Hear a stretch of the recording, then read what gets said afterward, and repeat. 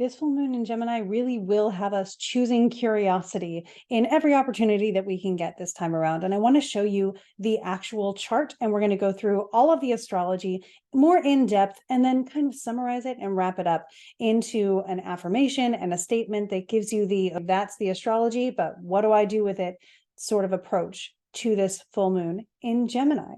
So I'm going to go ahead and I'll share my screen so that you can see everything that we're looking at here using the Luna astrology software. And as we can see, this full moon, which is the moon opposite the sun, so the moon here in Gemini opposite the sun, is occurring again in Gemini on the 27th of November at around 4:16 a.m. if you're over here on the East Coast. You can adjust that for your time zone and you'll get pretty much what you're looking for. If you're looking in an astrology chart, what you want to do is find the moon at the same exact degree and minute. So this is 4 degrees and 51 minutes, which is exactly the opposite of the 4 degrees and 51 minutes of the sun. Gemini and Sagittarius oppose each other. You'll know it because you'll see this red line between the two of them.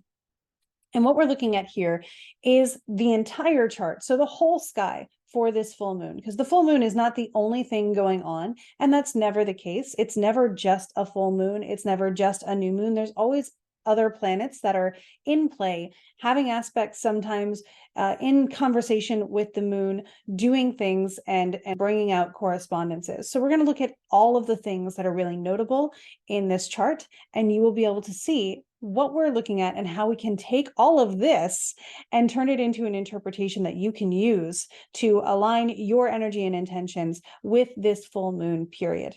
Once again, I'm going to reiterate that this moment is probably not the best for actively releasing things or for doing anything magical.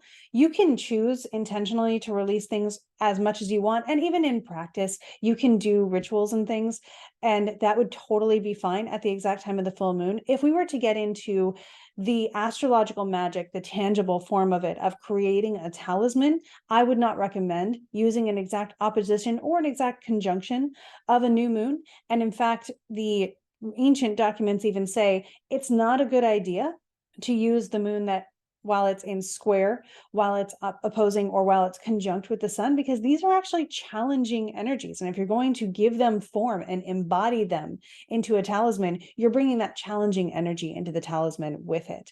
There is one exception, or during a new moon, when you are at exactly the same minute and degree, you're creating a sort of moon Kazemi talisman, and that would be a little bit different. But your window for actually doing that successfully would also be smaller. Since the moon is the fastest moving planet, it actually will move on quite quickly. So you want to make sure that you're very particular about that if you go about doing it. And in this case, we're looking at a full moon anyway. So as far as talismanic magic, maybe not the best to give this form, especially with the other things that we're going to be talking about, but you can set intentions to it, and that's totally fine. So let's talk about this a little bit. Now, we're going to start with the moon and say, okay, the moon is in Gemini. The moon is opposite the sun by the exact degree and minute. And what we also see very prominent is that Mars is still with the sun. They are not even 3 degrees separate from each other yet. So what we're noticing is that Mars is still kind of having a word in this conversation. Even though Mars is under the beams of the sun and is now out of domicile, Mars is still blended with the sun's energy and now blended with the moon in a conversation that brings tension. So one of the first and foremost things, and even the affirmation that I get into with this, is just remembering to get curious. If you're feeling frustrated, interview that feeling. Why am I frustrated? What's causing the frustration? Is the frustration serving me, or would I rather feel differently? And then you can go from there. And this is just really important to remember, that you are an individual who is doing your thing, who is moving in your own process and your own progress. So you want to make sure you are being fair to yourself.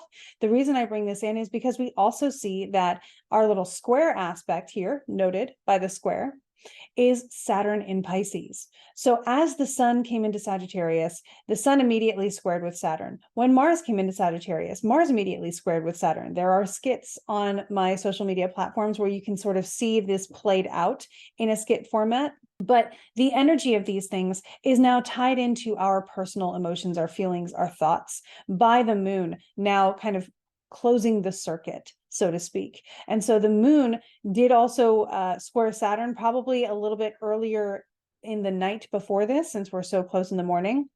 And so we're seeing this square with Saturn still kind of there. It's separating. So we would have already felt a little bit of restriction, and now perhaps we're reacting to it. And that's something to keep in mind, is how are we reacting to boundaries? How are we holding our own boundaries? Who is reacting to our boundaries, and how are we maintaining them? Or are we possibly compromising them where we should or should not be? These are questions that you can use when you're getting curious about how you might be feeling during this full moon. So I'm just making sure that I covered most of the things that I wanted to talk about with the moon itself. At the same time, we see that Mercury is having Mercury's exact, and again, it's applying in this case. Mercury is faster than Neptune. So Mercury is applying, gaining on Neptune from the 24th degree, 40 minutes, and it will catch up to 24:54 by the end of this day. So this square between Mercury and Neptune is also something we're feeling. It's a subplot to the greater story that's going on with this full moon. Now, Mercury square with Neptune can create some confusion, can create what kind of feels like, with Mercury already detriment in Sagittarius, so many questions that you lose the thread and you're not really sure how to find your way back. So you may create an overwhelm for yourself with so many questions, so many uncertainties. And with that, it might actually be helpful to tune into the energy of Saturn a little bit, to ground yourself and say, listen, I may not have to have it figured out all right now, but I do know my boundaries. I do know what's important to me, and I can start there and take the best next step.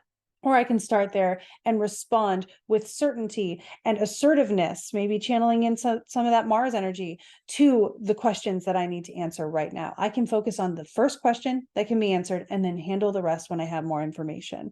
Those are all things that may be helpful as we begin to really navigate this energy.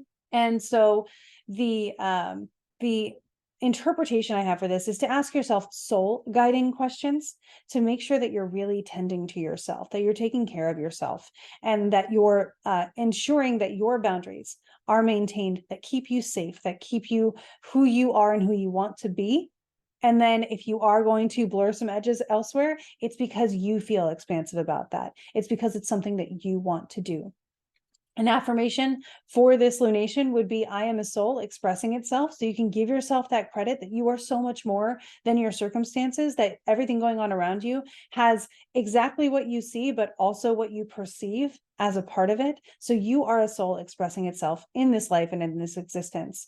It's helpful to remember that there are greater perspectives going on. So if you feel focused in and stuck on something, you can remind yourself to relax and zoom out, see the bigger picture, and then focus on the challenges that you see, that you can now, with that higher ground, that strategy, maneuver the chessboard in a way that makes more sense to your success and to maybe compromise and benefit for everybody that's involved. So that's pretty much what I wanted to talk about with our full moon in Gemini. A couple announcements are that we are getting into a new book in the book club for the Modern School of Ancient Wisdom Patreon. We're going to be focusing during Christmas season, during the holiday season, we'll be focusing on folk magic. So we're going to get into making folk magic very accessible, very easy, very initiatory, or getting into it for the first time, even to just convince yourself and remind yourself that this is something you are capable of doing and that it is not as difficult as something may have convinced you that it is. So if you wanted to join that, we will be reading folk magic works together and discussing them, and even having a live discussion by the end of the month.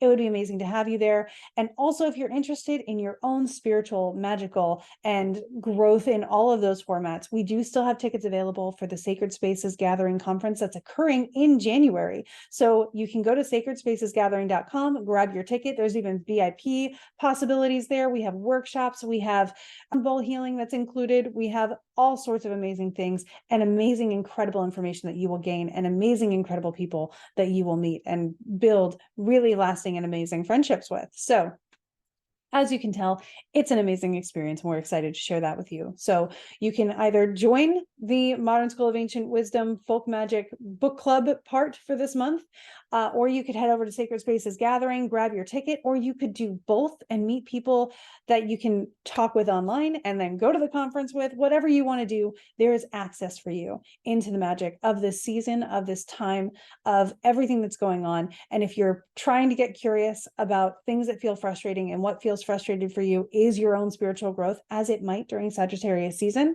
then hopefully these are some materials and some options for you that will help you feel so much better. And in the meantime, I hope that this full moon is productive, that it feels expansive for you, and that you are doing well and you are safe. Thank you.